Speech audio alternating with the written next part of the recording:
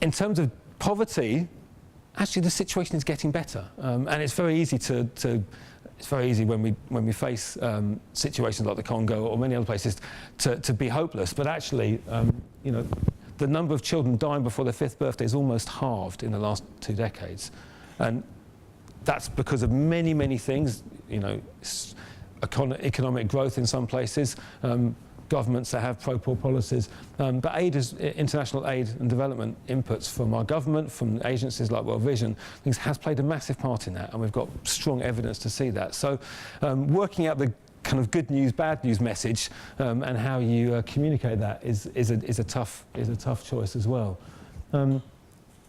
Just as a little bit of the context in which we're working, long-term poverty and injustice, short-term emergencies. Those are the things that, that World Vision's business is about day to day. World Vision really started from a place of being alongside the broken-hearted, the broken in spirit, being in those places, being alongside them and actually sharing in some of that pain, having kind of soft, compassionate hearts. We want to see all children grow up healthy, educated for life. We want to see them loved, cared for and protected.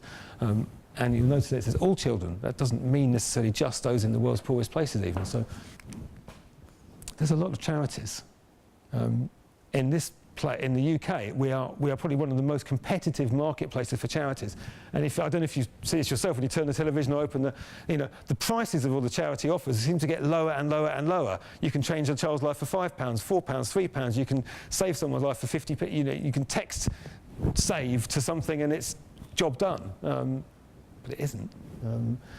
And so, you know, and propositions around charitable propositions are very, very, very competitive. And it's actually at the moment, the marketplace, if you look at it from a market dynamic, any kind of supply and demand, it's a race to the bottom at the moment. And the lifetime return on investment from fundraising is, you know, I heard one of the nation's leading charities said to me just the other day that if we break even in 4 years, i.e. we spend money to acquire a new supporter and 4 years later we're making a profit off of that, we're probably okay with that.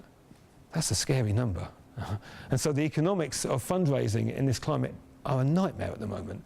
And I guess what happens in that, so you've got a lot more market pressures, and I've had to shift from being kind of understanding development and humanitarian stuff to understanding the commerciality of running an organisation that has to turn I'm going to use the word profit, we're not for profit, but to make a good return on the investment. How much if you were giving money to World Vision, how many pence in the pound is good for you that I should take from your pound and invest it in fundraising in order to generate more income next year or the year after? Is there a good number there? You know, if you ask the public, that number should be as small as possible, but it isn't, it can't be. And the way that things are going at the moment, it's tough.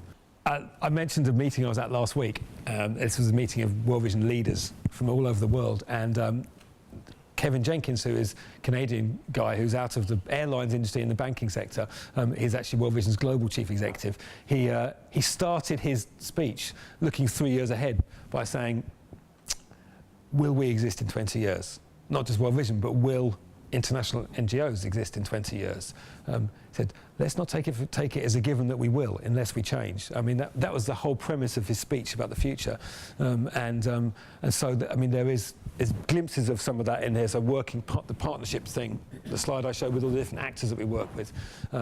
There's a whole range of ways that we will do that, but we need to innovate, essentially. We need to innovate. We need to innovate. We also need to really keep an eye on our legitimacy to those two stakeholder groups. Because if we suddenly find that we're just patting ourselves on the back or, you know, advertising to the public and saying, look at the good work we do, if we're doing that and actually we're not being accountable to those groups, we will very, very quickly be irrelevant.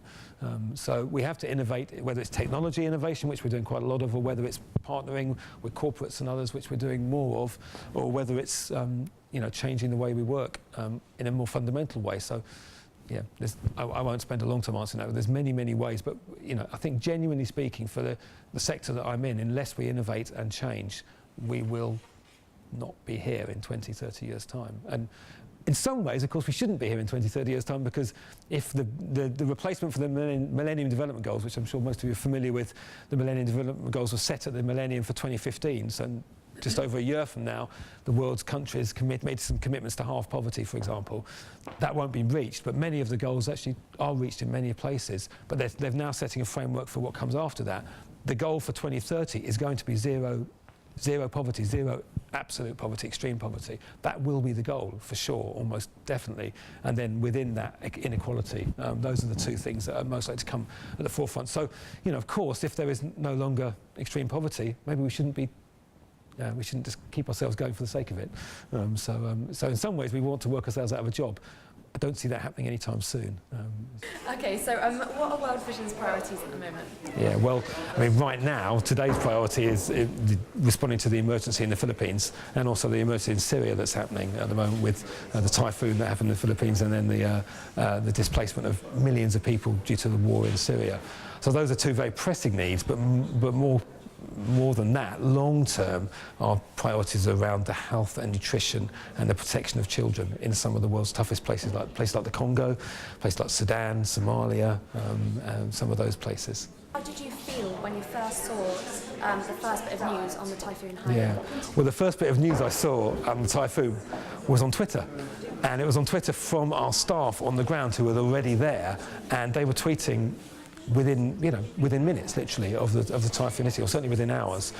So on the Friday night before the typhoon hit, or on the Friday before the typhoon hit, we were in contact before them. And then when we heard the scale of it, it was like holding your breath.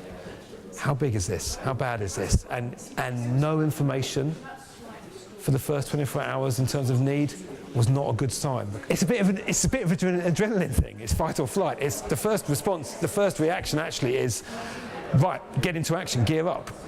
How likely is it that there will be zero poverty by 2030? Yeah.